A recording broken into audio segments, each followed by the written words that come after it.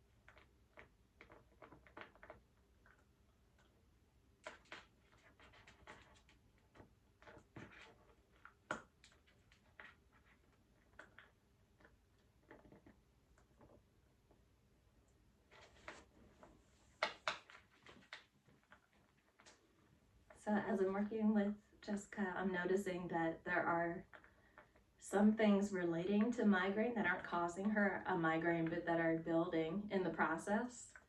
And some of those things tie into the arm, but they relate all the way up into the neck. And right at the juncture where we have the occiput, the top of the spine where it meets the head, there's some ability for the blood to flow then down through the body.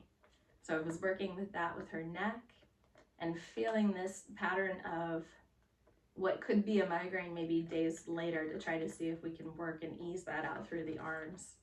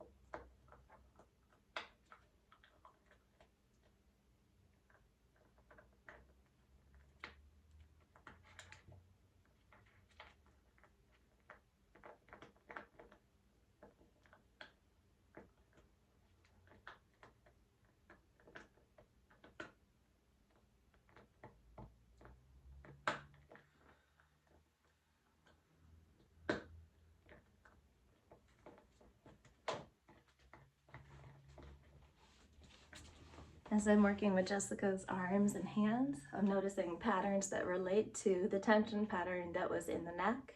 It's very slight. She doesn't have a consistent issue, but right now it's just a little bit of tension and some points within the wrist and the hand and movements that involve the wrist that we can make a little bit easier, which starts to work its way up through the chest. Each finger is related to a part of our chest and our back. And when we start to work with the palm and the hand, we get to that area when we know exactly where to press.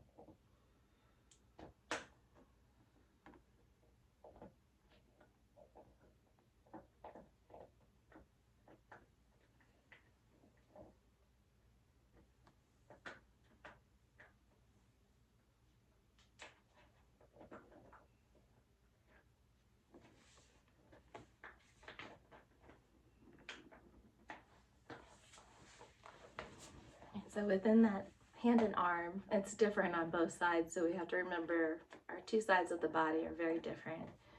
On that side, there was a little bit more of a tension pattern toward the pinky finger, which led to some tension in the upper arm, and that traveled all the way up. So I worked with this rotation in the fingers as I rotated the elbow in a counter direction, and that helps to kind of release a lot in the shoulder and fingers and hand, but I hope to do more in that arm.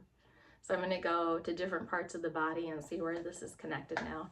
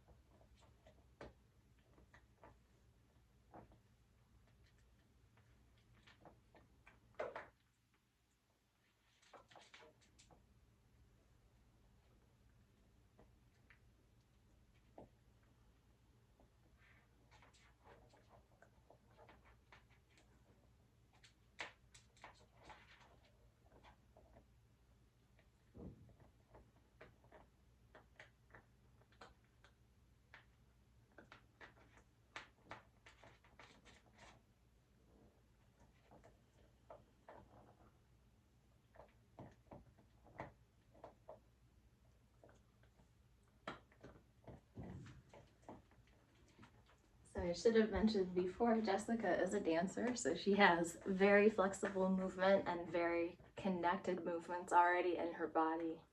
So going with the idea that she knows how to dance in, for instance, with the foot, evert and invert, which means going in this kind of direction. She's already really great at that, so she was further in one direction, and I played with that a little bit in the ankle to allow that movement for her to be easier. I looked for in the knee a place to connect it so that as the knee glided out to the side or in a different direction, that it connected in a way to this knobby point on the outside of her knee that helps us to rotate. And taking that with the knee and gliding it toward the hip felt like the right direction. I never know if I'm right, I'm just doing the best I can, so we'll see when I'm done. I'm gonna look at her other leg.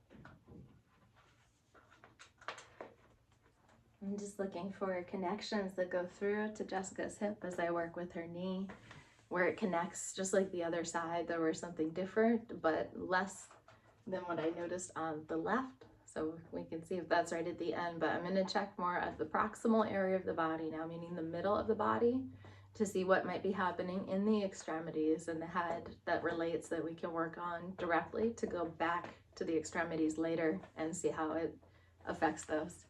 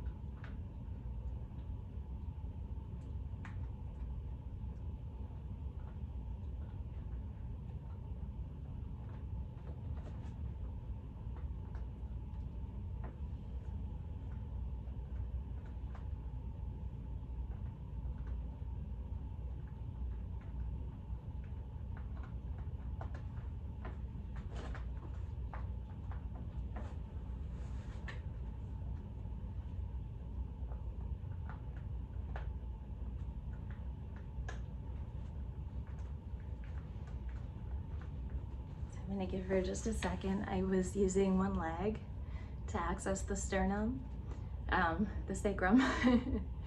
And with accessing the sacrum in that way, it's a cranial sacral technique to lift the leg while it's bent and have it completely lifted on one side and be able to rotate that side of the sacrum and hip joint while it's lifted.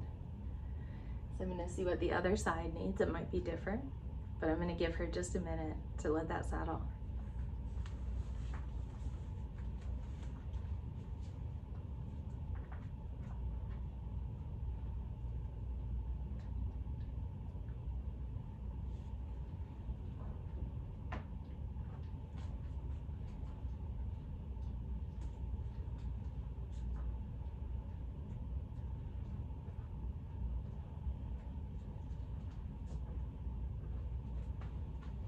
I'm giving just a little bit of foam support to her knee. There's a tendency for most people to hyperextend, and it's not pronounced in any way, but after what we just did, I want to make sure her joints are supported.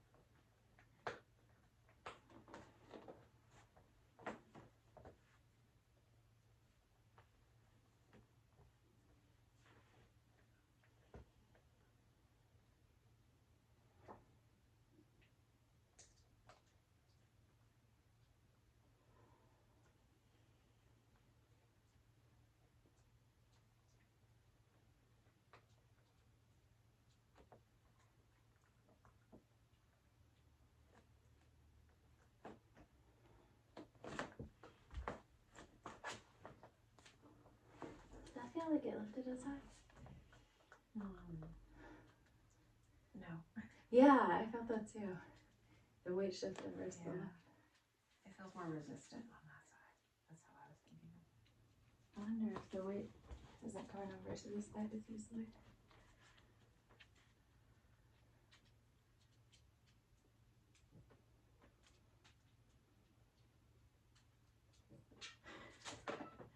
There's a helper.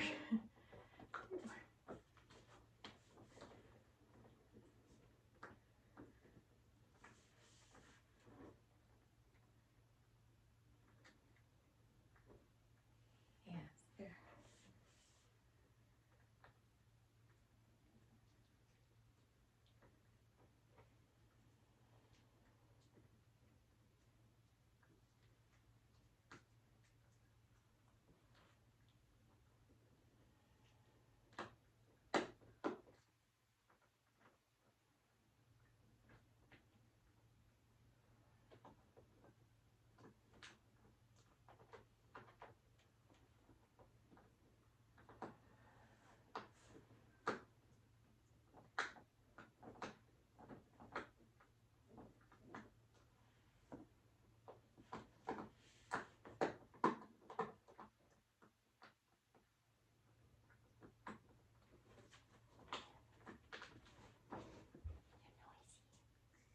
Oh, that's chopstick. No.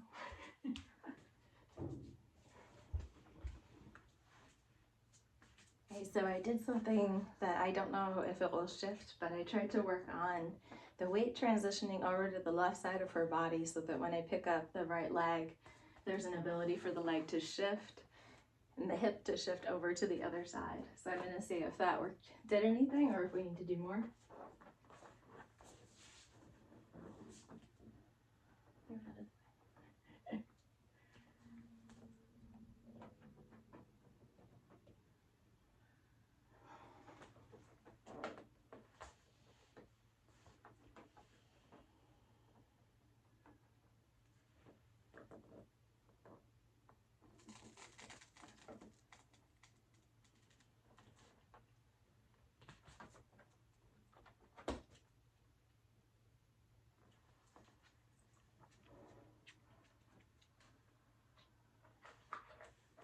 Is that a little bit better? Yeah. Yay. So I usually get up on the table to lift the leg, but it was light enough that I could lift it on the table, which shows that what we did on this side worked to get more weight to shift to her left more comfortably. So I'm gonna go back up toward the shoulders and examine higher up now.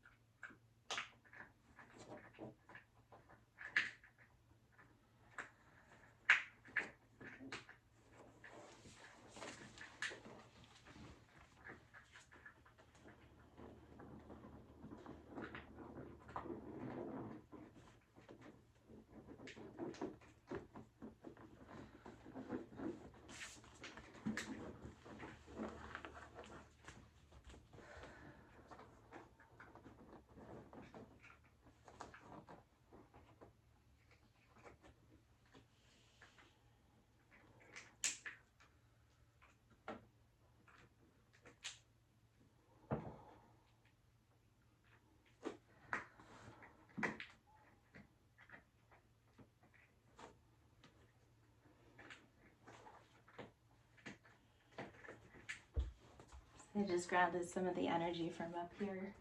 Hopefully we got some down below.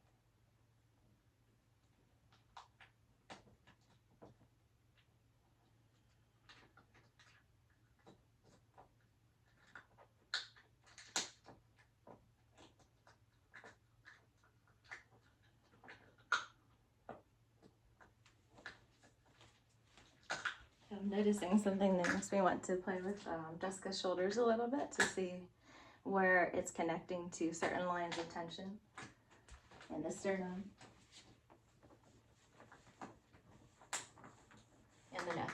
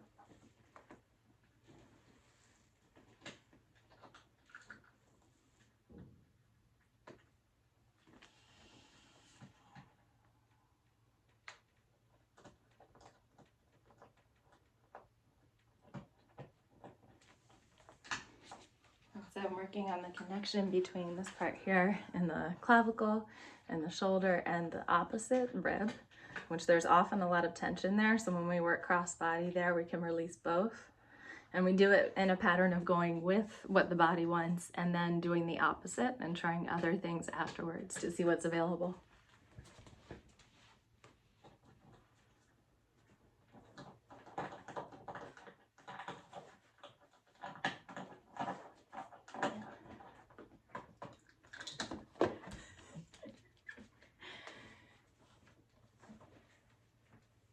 Easy helper today.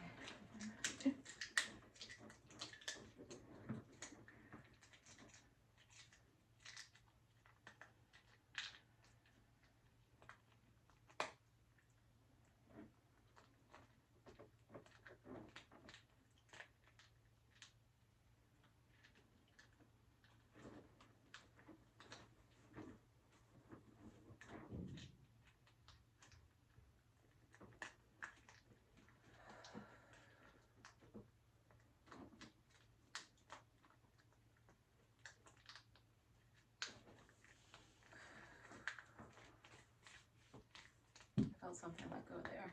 Yeah, that was a good one. I was gonna say this is the same thing we do in class when we move the shoulder away. Just so much better on the table.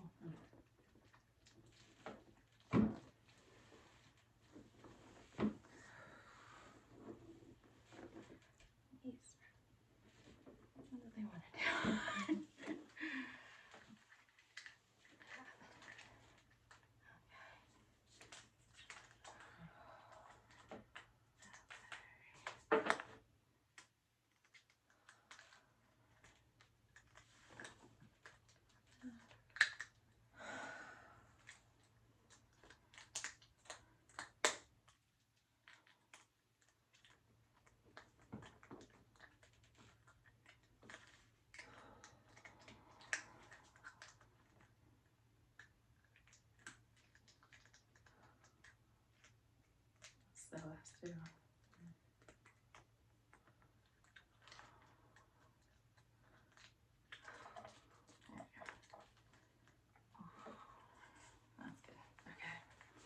That's good. Alright, so we've worked on both crossbody parts now, and the second one was really interesting because the ribs wanted to only move in one direction, which was kind of toward the shoulder. So I was playing around with the area where we breathe in our diaphragm here in the ribs, and just seeing if that would be suggestible to go in different directions based on the trajectory of the shoulder. So using the shoulder to move the ribs.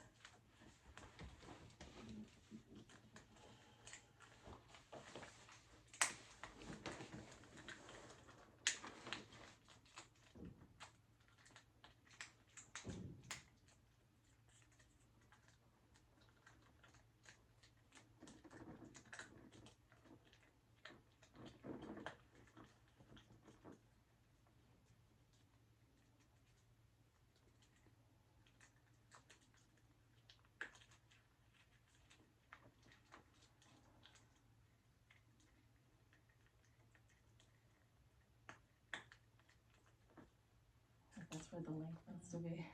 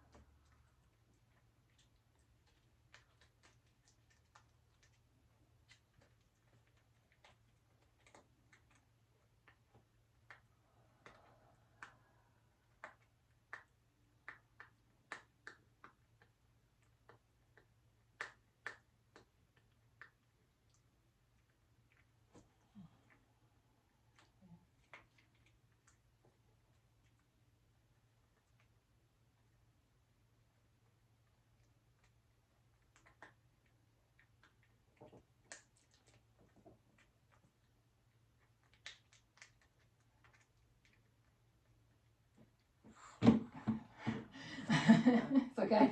Yeah. It took me off. Do you mind if I adjust my lower body a little? No, not at all. Do whatever feels comfortable.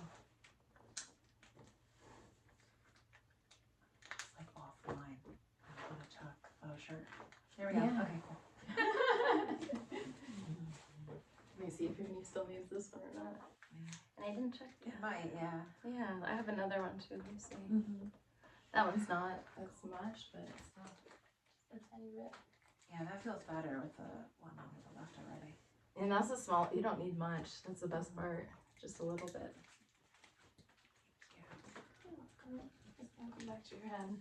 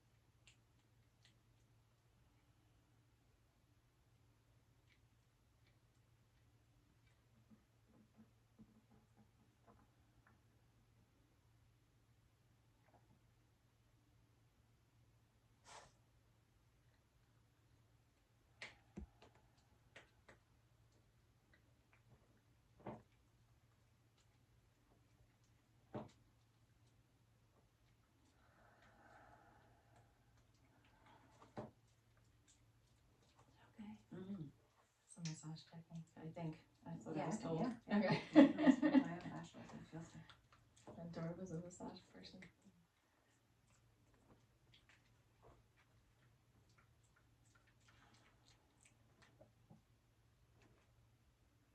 What was the first point you were doing? Right here. Yeah, C7. Yeah, and then what were you doing here? Or what point do you? Oh, that was related to jaw, but I felt it from the back of your ear. I don't know if it's jaw tension, tongue tension, or just I'm sure it's both, but more I was space. curious if it was like an acupressure point too. It might be. And most of them around the ears. I don't know about the ones around. Definitely helps with lymph too. Yeah. But there's something in the jaw that I kept feeling down here.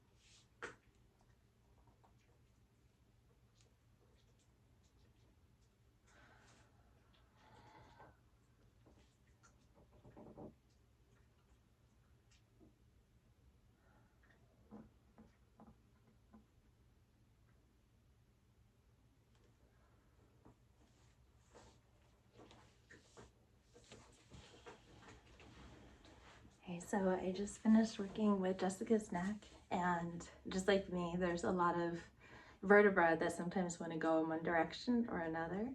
So just working with those vertebrae by way of going to the occiput and having the chin do movements of going out and in, but also having the head lifted in such a way that elongates her spine so she can feel the connection to her whole spine. I'm going to let Jessica rest for a minute and recover, and then we will do another video to see how she's doing afterwards, just to give her some privacy after the treatment. So thank you for joining us for the session.